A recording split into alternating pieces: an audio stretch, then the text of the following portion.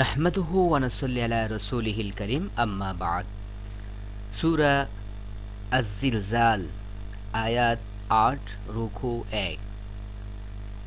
নামকরণের কারণ। সূরার প্রথম আয়াতের জিলজালাহা শব্দ থেকে জিলজালকে সূরার নাম হিসেবে গ্রহণ করা হয়েছে। সূরাটি নাজিলের সময়কাল।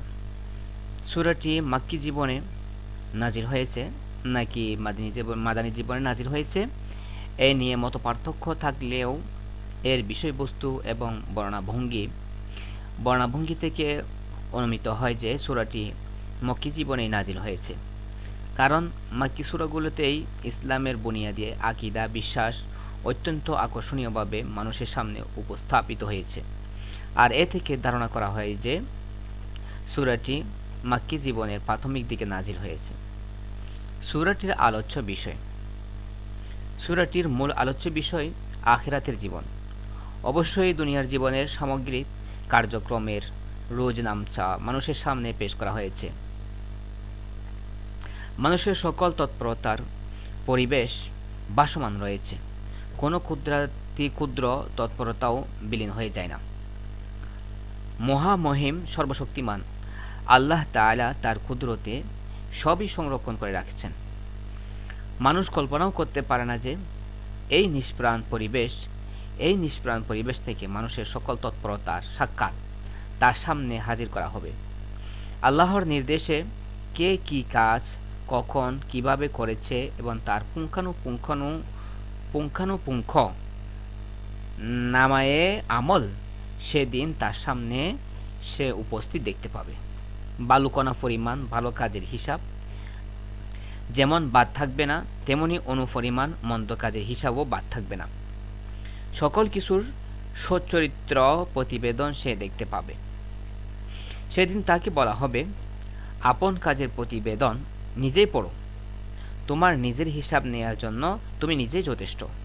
সুতরাং মানুষের সদা সতর্ক অবস্থায় জীবন পরিচালনার প্রয়োজনীয়তা অনস্বীকার্য। সূরা আয-জিলজাল সূরাটি মাক্কি। বিসমিল্লাহির রহমানির রহিম। পরম করুণাময় অসীম দয়ালু আল্লাহর নামে পড়ছি। লাতিল আরদু জিলজালাহা, যখন জমিন নিষ্কম্পনে ভীষণভাবে প্রকম্পিত হবে। ওয়া আখরাজাতিল আরদু আসকালাহা, আর বের করে দিবে জমিন তার বোঝাসমূহ। ওয়া ক্বালাল ইনসানু মা লাহা, এবং মানুষ বলবে এর কি হলো। ইযিন তুহাদ্দিসু আখবারাহা, সেদিন সে বলে দিবে তার যাবতীয় খবর। বিআন্না রাব্বাকা আওহা লাহা, কেননা আপনার প্রতিপালক তাকে এরপরেই আদেশ করবেন। ইয়াউমা ইযিন ইয়াসদুরুন নাসু আশতাতান লিয়ারাউ আমালাহুম, সেদিন বের হবে দলে বিভক্ত হয়ে। লিয়ারাউ আমালাহুম, যাতে দেখানো যায় তাদেরকে তাদের কৃতকর্ম। ফামান ইয়ামাল মিসকালা যাররাতিন খায়রান ইয়ারা, অতএব যে কেউ অনুপরিমাণ নেক কাজ করে সে তা দেখতে পাবে। ওয়ামান ইয়ামাল মিসকালা যাররাতিন শাররান ইয়ারা, আর যে কেউ অনুপরিমাণ বদ কাজ করলেও সে তা দেখতে পাবে। এবার শুনুন ব্যাখ্যা। জুলজিলাতিল আরদু অর্থ জমিন প্রচণ্ডভাবে প্রকম্পিত হবে। কিয়ামত তথা মহাধ্বংসের সূচনা হবে ভূমিকম্পের মাধ্যমে। এই ভূমিকম্প দুনিয়ার কোনো একটি অংশে সীমাবদ্ধ থাকবে না, বরং সমগ্র দুনিয়ায় প্রচণ্ডভাবে প্রকম্পিত হবে এবং এর মাধ্যমে দুনিয়ার যাবতীয় সব কিছু ধ্বংস হয়ে যাবে। অতঃপর দ্বিতীয়বার প্রকম্পনের মাধ্যমে দুনিয়ার আগে পিছনের সকল মানুষ জীবিত হয়ে হাসরের ময়দানে একত্রিত হবে। অধিকাংশ মুফাসসিরের মতে এখানে দ্বিতীয় প্রকম্পনের কথাই বলা হয়েছে, কারণ পরবর্তী মানুষের যাবতীয় কথা কাজ এবং যাবতীয় আচার আচরণের রেকর্ড ও সাক্ষ্য প্রমাণের স্তূপ সবকিছুই জমিন তার বাইরে নিক্ষেপ করবে। মুফাসসিরদের মতে এছাড়া ভূগর্ভে যত সম্পদ আছে তাও সেদিন জমিন উগরে দিবে। মানুষ দেখবে যে সম্পদের জন্য তারা দুনিয়াতে মারামারি হানাহানি করেছে, যে সম্পদের মোহে পড়ে তারা দুনিয়াতে কত অসৎ পন্থা অবলম্বন করেছে, সেসব সম্পদ এখন তাদের সামনে উপস্থিত, কিন্তু এসব সম্পদের এখন কানাকড়ি মূল্যও নেই। অথচ এর জন্যই তো তারা ভাইয়ে ভাইয়ে প্রতিবেশীতে ঝগড়া বিবাদ করেছে। দেশে দেশেও এভাবে জলে স্থলে কত যুদ্ধ বিগ্রহ করেছে। তারা একে অপরকে কত নির্দয়ভাবে খুন করেছে। কিন্তু এখন তো এসব সম্পদ তাদের কোনো কাজেই লাগছে না। নিয়েও একজন মানুষকেও জাহান্নাম থেকে মুক্ত করা সম্ভব হবে না, বরং এসব উল্টো তাদের আযাবের কারণ হয়ে দেখা দিয়েছে। এখানে মানুষ দ্বারা আল ইনসান মানুষ দ্বারা সকল মানুষই বোঝানো হতে পারে, কারণ সকলেই ধ্বংস ও পুনরুত্থানের বিস্ময়কর কাণ্ড দেখে অবাক বিস্ময়ে অভিভূত হয়ে পড়বে। তবে যারা কিয়ামত ও পুনরুত্থানে বিশ্বাস করত না, তারা সবিস্ময়ে দেখবে যে বিষয়কে অসম্ভব বলে তারা অবিশ্বাস করেছে এবং স্বেচ্ছাচারী হয়ে জীবন পরিচালনা করেছে, সেটাই তো তাদের সামনে বাস্তব দেখা দিয়েছে। সেজন্য মুমিনদের চেয়ে তাদের বিস্ময়ের মাত্রা হবে অনেক বেশি। তারা এতে পেরেশান ও ভীতসন্ত্রস্ত হয়ে পড়বে। মুমিন তো যে এরকমটাই হবে এবং তারা এতে বিশ্বাস করেই জীবনযাপন করেছে, তাদের আকীদা বিশ্বাস অনুযায়ী এসব হচ্ছে, এরকমটাই যে হবে সে ওয়াদা তো দয়াময় আল্লাহ দুনিয়াতেই তাদেরকে দিয়েছেন। তারা তো সে ওয়াদাতে বিশ্বাসী ছিল, আর তাই তাদের পেরেশানি অবিশ্বাসীদের মতো হবে না। মানুষ এই দুনিয়াতে যখন যে অবস্থায় ভালো মন্দ যত কাজ করেছে, তার প্রতিবেশে তার প্রমাণ রয়েছে। হাসর ময়দানে এসব প্রমাণ তার সামনে প্রকাশমান হয়ে উঠবে। আলিমুল গায়ব আল্লাহ তাআলা সব কিছু জানেন, তারপরও কিরামান কাতিবিন সব কিছু সংরক্ষণ করেছেন। সর্বোপরি দুনিয়াতে মানুষের সকল কর্মের প্রতি ছায়া বিদ্যমান থাকছে, যা মুছে ফেলার সাধ্য কারণেই। আল্লাহ তাআলা যেহেতু ন্যায় বিচার করবেন, তাই মানুষের ভালো মন্দ সকল কাজের সাক্ষ্য প্রমাণ তাদের সামনে তিনি উপস্থিত করবেন। সুতরাং সেদিন কেউ তা অস্বীকার করতে পারবে না যে সে এই কাজ করেনি।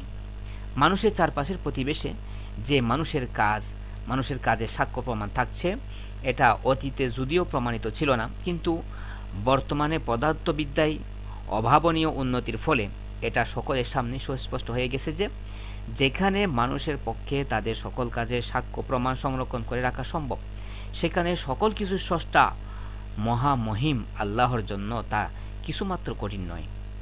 সেদিন মানুষের সকল অঙ্গ প্রত্যঙ্গই তো তার কাজের সাক্ষ্য দেবে। মানুষ নিজের প্রতিটি কাজকর্মের প্রতিছবি নিজের চোখেই দেখবে, নিজের কণ্ঠস্বর নিজের কানে শুনবে। এমনকি তাদের অন্তরে যে উদ্দেশ্যে সে কোনো কাজ করেছে তাও তার চোখের সামনে এনে রেখে দেওয়া হবে। আর তাই সেই দিন তার নিজের পক্ষ থেকে কোনো উজর পেশ করার সুযোগ থাকবে না। দুনিয়াতে হাজার হাজার বছর থেকে মানুষ যেখানে মরে পড়ে আছে, সব মানুষই দলে দলে সেখান থেকে বের হয়ে হাসরের ময়দানে একত্রিত হবে। প্রত্যেক ব্যক্তি তার ব্যক্তিগত অবস্থা ও অবস্থানে থাকবে। দুনিয়ার পরিবার, গোষ্ঠী, জোট, দল বা জাতি সম্প্রদায় ভেঙে সেখানে চুরমার হয়ে যাবে। মানুষকে তার ভালো মন্দ সকল কর্মতৎপরতা দেখানো হবে। ক্ষুদ্রাতি ক্ষুদ্র কোনো কথা বা কাজও তাকে দেখানো থেকে বাদ দেওয়া যাবে না। কেননা তার আমলনামা যখন তার হাতে দেয়া হবে, তখন সে নিজেই তার ছোট বড় সকল কাজকর্ম দেখতে পাবে। দুনিয়াতে হক ও বাতিলের দ্বন্দ্ব সংঘাতে কার কি ভূমিকা ছিল, সে নিজেই তা দেখতে পাবে। সত্যের পথের সংগ্রামী মানুষ তার সংগ্রামী তৎপরতা স্বচক্ষে দেখবে। অপরদিকে সত্যের মোকাবেলায় বাতিলের অনুসারীরাও সত্যকে মিটিয়ে দেওয়ার জন্য যেসব ষড়যন্ত্র ও অপতৎপরতা চালিয়েছিল, তা তারা স্বচক্ষে দেখবে। হাসর ময়দানে উপস্থিত সকল মানুষই তা দেখতে পাবে, কাজই সংরক্ষিত দেখতে পাবে। এর অর্থ এটা নয় যে তার সকল কাজের প্রতিদান তাকে আখিরাতে দেয়া হবে। এমন নয় যে তার সকল পাপের শাস্তি তাকে দেয়া হবে এবং তার সকল পুণ্যের প্রতিদান তাকে সেখানে দেয়া হবে, বরং এর অর্থ হলো সকল কাজই সংরক্ষিত থাকবে। নচেত এর অর্থ হবে যে কোনো উচ্চ পর্যায়ের মুমিন বান্দাও কোনো ক্ষুদ্রতম গুনাহের শাস্তি থেকে রক্ষা পাবে না এবং কোনো জঘন্যতম কাফের ও অত্যাচারী ব্যক্তিও কোনো ক্ষুদ্রতম সৎ কাজের পুরস্কার থেকে বঞ্চিত হবে না। তবে এ ব্যাপারে কোরআন মাজিদ ও হাদিস থেকে সুস্পষ্টভাবে যা জানা যায় তা হলো কাফের, মুশরিক ও মুনাফিকরা তাদের ভালো কাজগুলোর প্রতিদান দুনিয়াতেই পেয়ে যাবে, আখিরাতে তারা এর জন্য কোনো প্রতিদান পাবে না, কারণ তারা তো আখিরাতের প্রতি যথাযথ বিশ্বাস করত না। গুনাহের শাস্তি যাদের দেয়া হবে তাদেরকেও গুনাহের সমপরিমাণ শাস্তি দেয়া হবে। অপরদিকে সৎ কাজের বিনিময় দেয়া হবে অনেক বেশি, যেমন কোথাও বলা হয়েছে 10 গুণ, কোথাও বলা হয়েছে সৎ কাজের বিনিময় আল্লাহ নিজ ইচ্ছামতো বাড়িয়ে দেবেন। মুমিনরা যদি কবিরা তথা বড় গুনাহ থেকে বেঁচে থাকে তবে তাদের সকল ছোট গুনাহ আল্লাহ তাআলা ক্ষমা করে দেবেন। নেককার মুমিন বান্দাদের নিকট থেকে আল্লাহ তাআলা সহজ হিসাব নেবেন, তাদের ছোট ছোট গুনাহগুলোকে তিনি এড়িয়ে যাবেন। নেক আমলগুলোর দৃষ্টিকোণ থেকে বিচার করে তাকে সূরা জিলজালের শিক্ষা। কিয়ামত তথা মহাধ্বংসের পর ভূমির মহাকম্পনের মাধ্যমে দুনিয়ার আদি অন্ত সকল মানুষের পুনরুত্থান হবে। পৃথিবী তার ভূগর্ভস্থ সকল সমাহিত মানুষ, জীবজন্তু ও সম্পদরাজি উগরে দেবে। এসব ঘটনা আল্লাহর নির্দেশেই ঘটবে। কাফের, মুশরিক ও মুনাফিকরা তাদের অবিশ্বাস্য ঘটনার বাস্তবায়ন দেখে ভীত সন্ত্রস্ত হবে।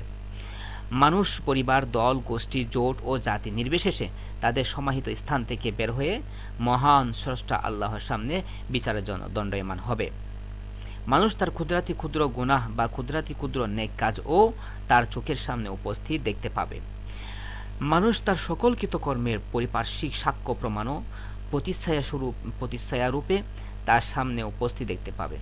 মানুষের কৃতকর্মের এমন সব সাক্ষ্য প্রমাণ সেখানে উপস্থাপন করা হবে যে এসব অপরাধের কোনো অংশ অস্বীকার করার বিন্দুমাত্র সুযোগই থাকবে না। অতএব সেই অবশ্যম্ভাবী দিনের কথা সদাসর্বদা অন্তরে জাগরুক রেখেই দুনিয়ার জীবন পরিচালনা করতে হবে।